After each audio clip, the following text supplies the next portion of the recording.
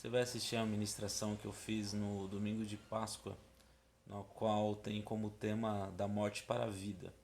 Espero que você seja edificado por essa mensagem e desde já te convido, deixa o like, se inscreve no canal e que Deus te Eu abençoe. sou a ressurreição e a vida.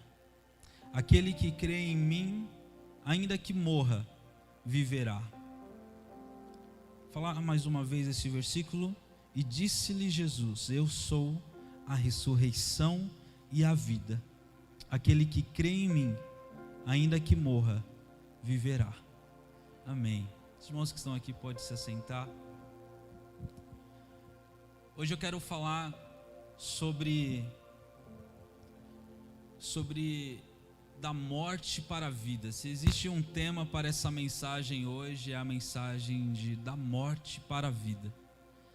Quando o bispo comentou que estaria ministrando a palavra hoje, isso veio muito claro na minha mente. O Espírito Santo me direcionou para falar a respeito disso, a respeito de um novo amanhecer, a respeito de uma nova vida, de uma nova esperança. Porque é impossível você não perceber que nós estamos vivendo num período de morte.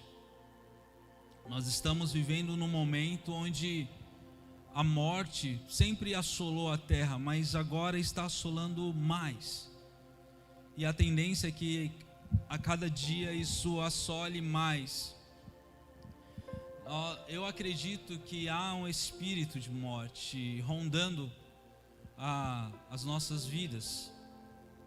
Não de acordo com uma profetada que rolou na internet esses tempos, no dia 30 de março, que haveria, que a gente não poderia sair de casa, tinha que ungir a porta de casa e ficar lá, que senão a morte iria nos alcançar. Não é isso, porque se fosse isso eu teria morrido, que eu esqueci totalmente dessa profetada. Mas a palavra nos ensina que as misericórdias do Senhor, elas se renovam a cada manhã, e é o motivo de nós não sermos consumidos. Mas eu não estou falando desse tipo de morte, desse tipo de profecia, de profetada, mas eu estou falando de morte que tem realmente assolado as pessoas, muitas famílias, e que nós estamos entendendo, ou se não estamos enfrentando como se fosse algo natural, como se fosse algo normal. Nós entendemos que o vírus está aí. Hoje eu recebi um áudio no ministério, se não me engano, acho que minha esposa que me mandou, falando que uma família, a mãe de uma bebezinha morreu devido ao vírus, e em seguida a avó dessa criancinha também morreu, e ficou somente o vô para cuidar dessa criança. E essa morte, a morte do vírus está assolando muitas famílias. Nós tivemos recentemente a morte de um irmão aqui da igreja, e eu presto as minhas condolências, a minha solidariedade em relação a isso. Há muitas famílias que estão passando por essa situação, seja familiar que está internado, outros que já perderam amigos, familiares, e a morte está aí. Eu também entendo que existe mortes acontecendo no âmbito financeiro de muitas pessoas, onde pessoas não têm hoje o que comer. O governo não permite essas pessoas trabalhar, ao mesmo tempo não presta uma ajuda, e existem pessoas que estão morrendo devido à crise financeira. Existe morte financeira onde você não está entendendo, não consegue discernir, saber o que você vai fazer para se alimentar amanhã. A morte está assolando a sua vida. Existem outras pessoas que estão passando por mortes em seus casamentos, em seus relacionamentos com os filhos. Antes havia rachaduras no seu casamento, nos seus relacionamentos, na qual não era perceptível, porque você trabalhava fora, sua esposa, o seu esposo trabalhava também fora. O tempo que vocês tinham juntos era pouco tempo de conversa, de convívio, e aquilo que incomodava, aquilo que era uma rachadura, uma fresta, não se percebia, ou se percebia, mas não se dava tanta importância. Mas hoje, devido a toda essa restrição que nós temos, nós passamos mais tempo com os nossos cônjuges. Você passa mais tempo com a sua esposa, você passa mais tempo com o seu marido. E isso acaba revelando rachaduras, e casamentos estão acabando morrendo, se destruindo, se desfazendo. A morte está invadindo casamentos. A morte está invadindo relacionamentos de pais com os filhos. Da mesma forma, havia um tempo menor de convívio, onde seu filho fazia algo que você percebia que estava errado, mas você não dava tanta importância, porque você tinha que trabalhar, você tinha que resolver outras coisas. Hoje, com essa restrição, onde você pegava o final de semana para sair com seu filho e se distrair e dar presentes para ele, hoje não tem para onde sair. E você percebe que o seu relacionamento com seu filho não está como é para ser.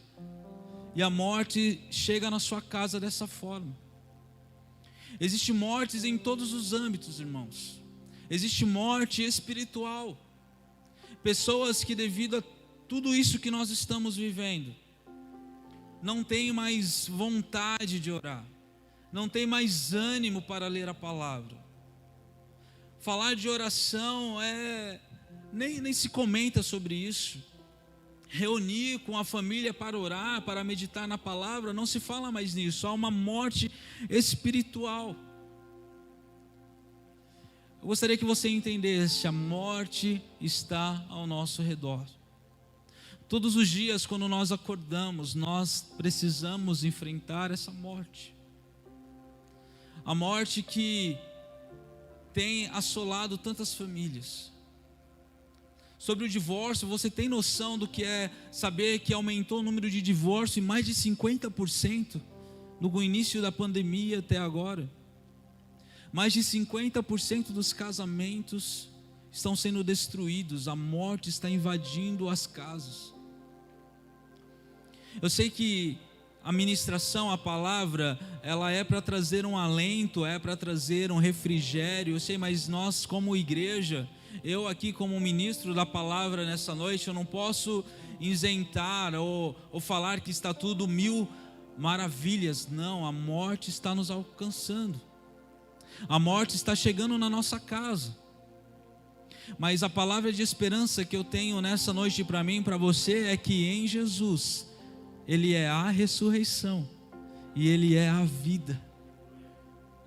Quando nós lemos sobre essa morte ela nos cerca, e o nosso estado emocional ele fica cada vez mais abalado. Estamos vivendo por um triz, irmãos. Não pense que nós estamos aqui sorrindo para você. Ontem, como nós tivemos uma live, brincamos um pouco, sorrimos. Não pense que a nossa vida está mil maravilhas. É Deus que conforta o nosso coração. Mas todos nós estamos vivendo situações difíceis, situações na qual nos gera incerteza de muitas coisas.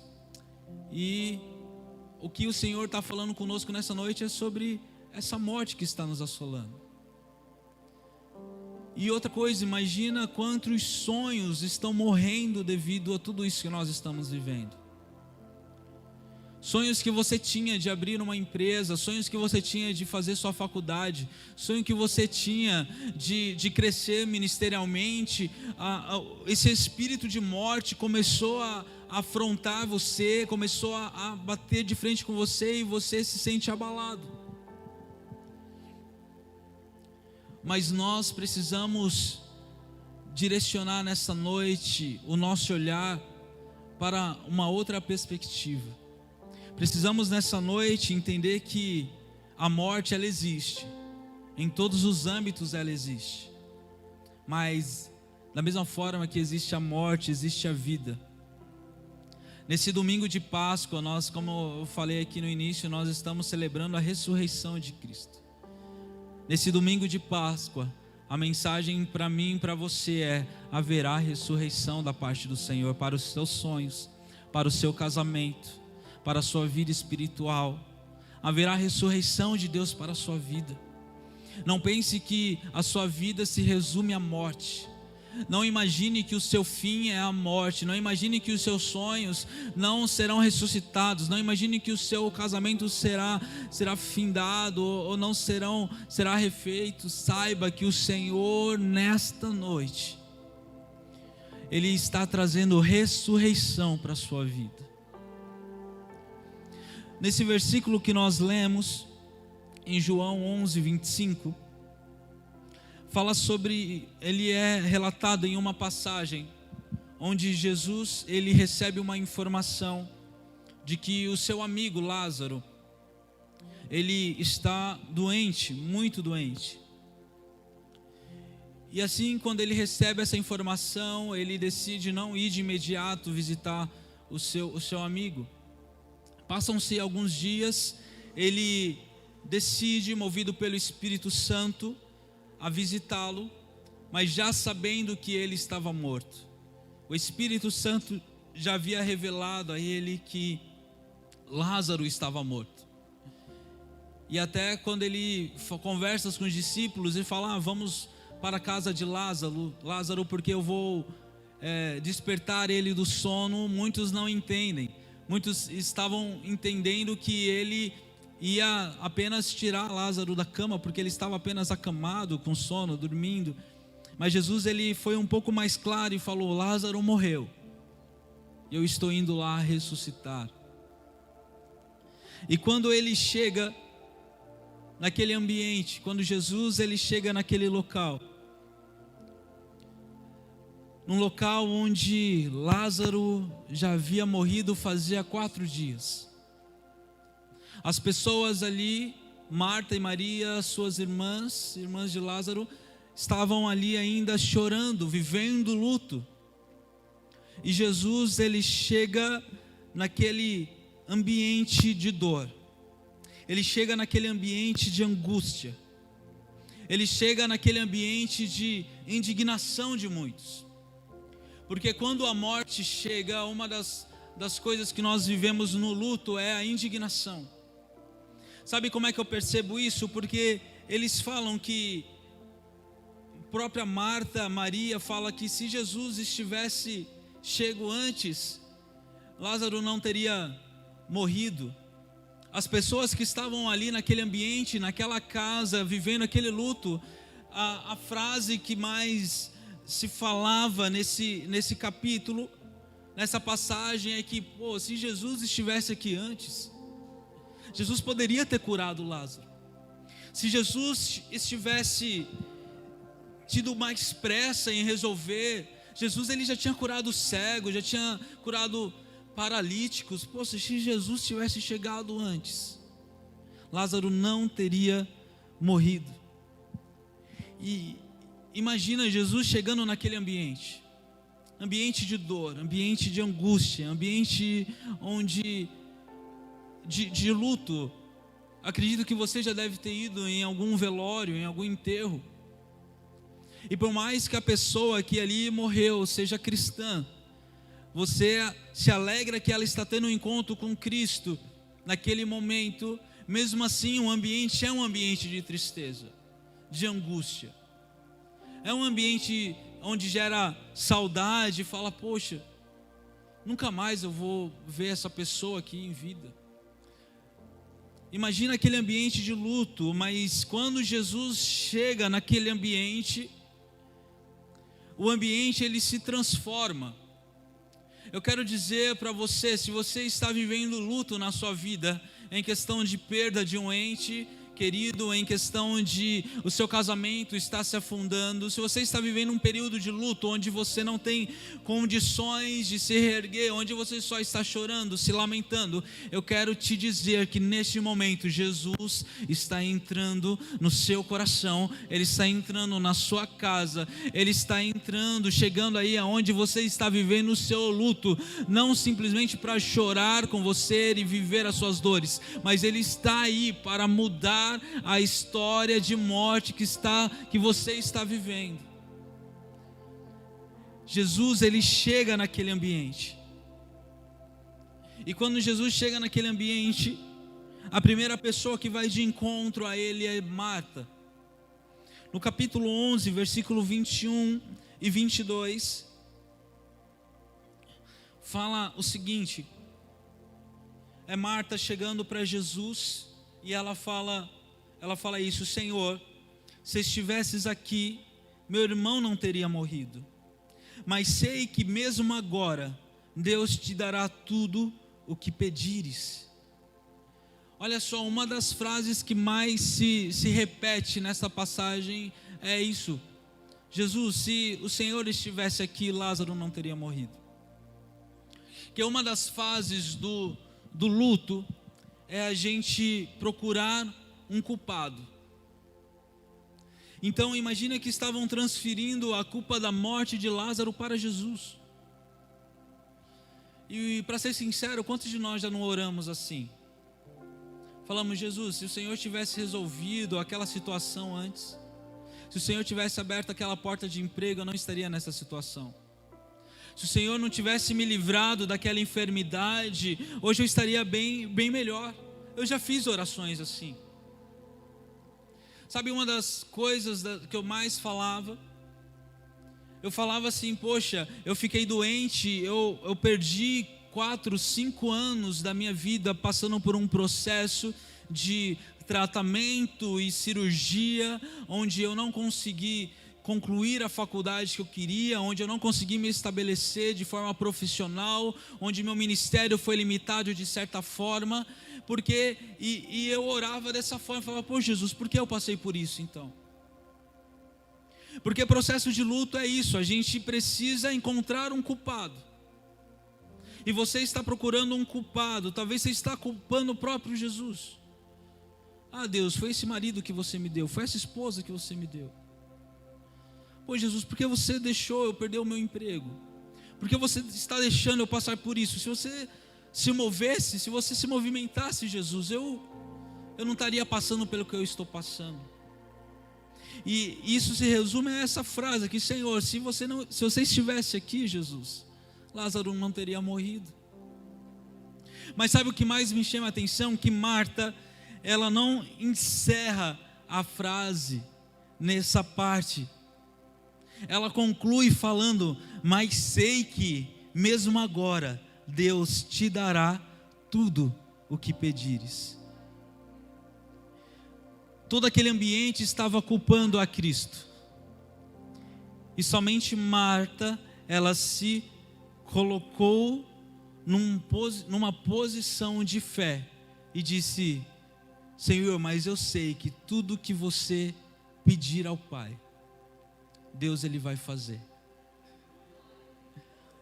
Não importa a dor que você está passando, não importa a tristeza que você está vivendo, não importa o que você já perdeu, se você depositar a sua fé em Deus, assim como Marta fez, o milagre vai acontecer na sua vida. Mesmo diante da morte, Marta, ela sabia que Jesus tinha o poder de mudar aquela situação. Não importa a que ponto está a sua dor, não importa o que você já perdeu, acredite que Jesus, Ele pode mudar a sua história. Jesus, Ele pode transformar a sua vida. Jesus pode restaurar o seu casamento. Mas você chega: Jesus, mas já faz tanto tempo. Não, Jesus, Ele ainda pode fazer. Ele está nessa noite te convidando a exercer a sua fé, colocar a sua fé em ação, porque é somente quando nós colocamos a nossa fé em ação que milagres acontecem. Somente quando nós deixamos as nossas limitações de lado que os milagres começam a acontecer. Não limite o poder de Deus. Não limite aquilo que Deus pode fazer. Que Deus, Ele pode mudar a sua vida. Ele pode mudar a sua história. Aí você fala, Isaías, mas eu já perdi, faz tanto tempo que eu perdi, faz tanto tempo que meu casamento já está assim. Lázaro já havia morrido fazia 4 dias. Quanto tempo você perdeu a esperança? Quanto tempo você perdeu os seus sonhos? Marta, mesmo vivendo aquele luto diante de 4 dias, quando ela vê Jesus entrando na casa, quando ela vê Jesus chegando naquele ambiente, ela fala, chegou a minha esperança. Chegou Jesus, ele era a única esperança para ela naquele momento. Quero dizer uma coisa para você, Jesus, Ele não tem que ser uma das suas esperanças, Ele não tem que ser uma das suas opções para resolver algum problema. Jesus, Ele tem que ser a opção, Ele tem que ser o primeiro a ficar sabendo da sua dor.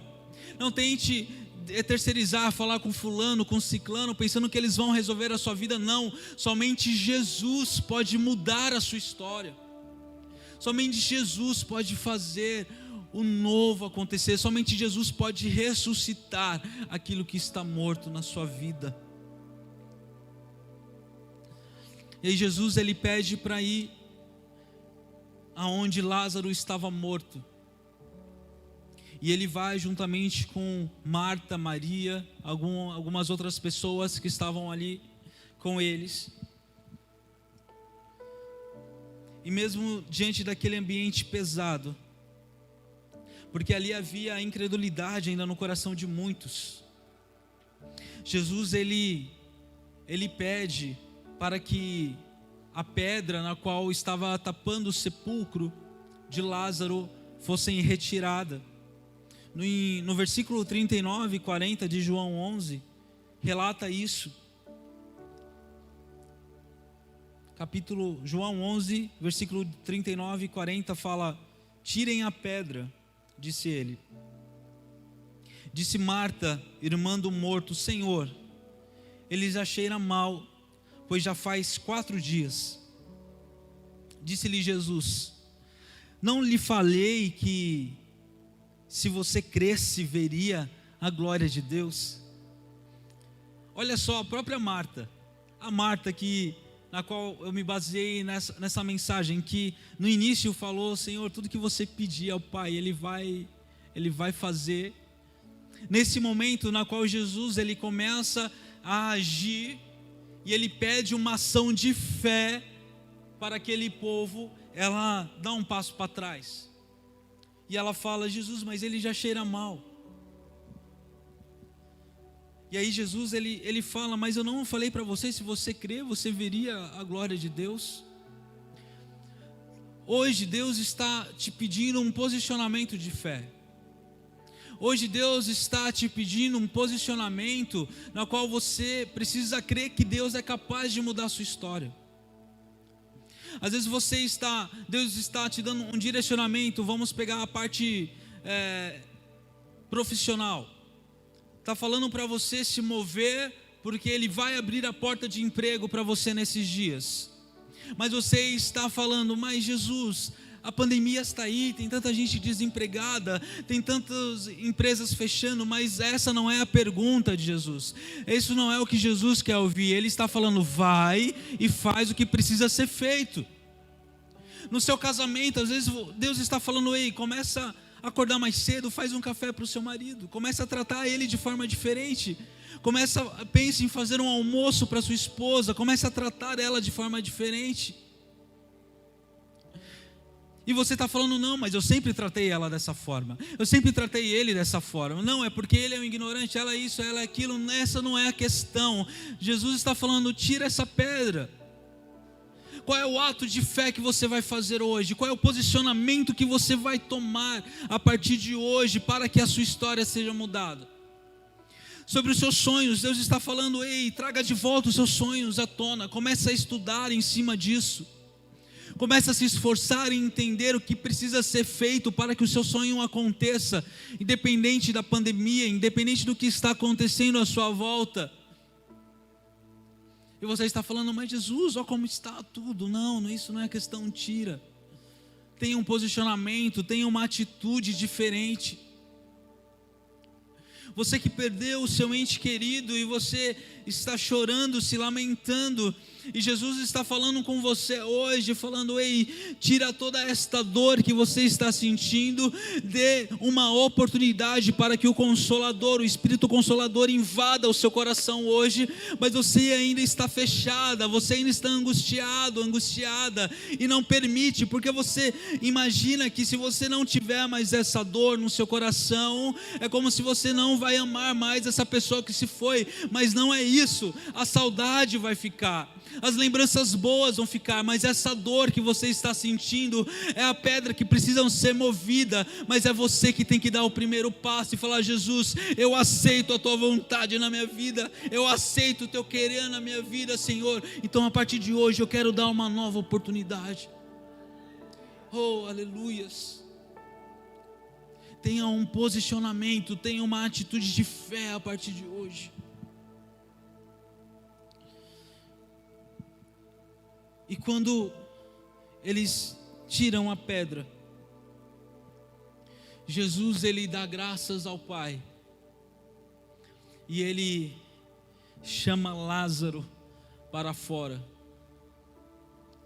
e naquele momento, aquele corpo que já estava morto há 4 dias, ele volta a ter vida. A partir do momento que você tomar esse posicionamento e permitir que o Senhor invada o teu ser, Ele vai chamar à tona os seus sonhos de volta para que eles tenham vida. Ele vai chamar de volta o seu casamento para que ele venha a ser reestabelecido. Eu não sei o que você está passando na sua vida, quais são as perdas que você teve, mas a palavra de Deus para mim e para você nessa noite é: eu estou tirando na morte, estou colocando na vida novamente sonhos, relacionamentos, projetos, ministérios. Eu estou trazendo de volta o primeiro amor àqueles que se perderam. Eu estou trazendo à vida novamente tudo aquilo que se perdeu com o tempo. Jesus está te dando, meu irmão, uma nova vida a partir de hoje. Jesus está te dando uma nova vida e está chamando os teus sonhos de volta à existência. Jesus, nessa noite, está trazendo tudo que estava em trevas e morte para a vida.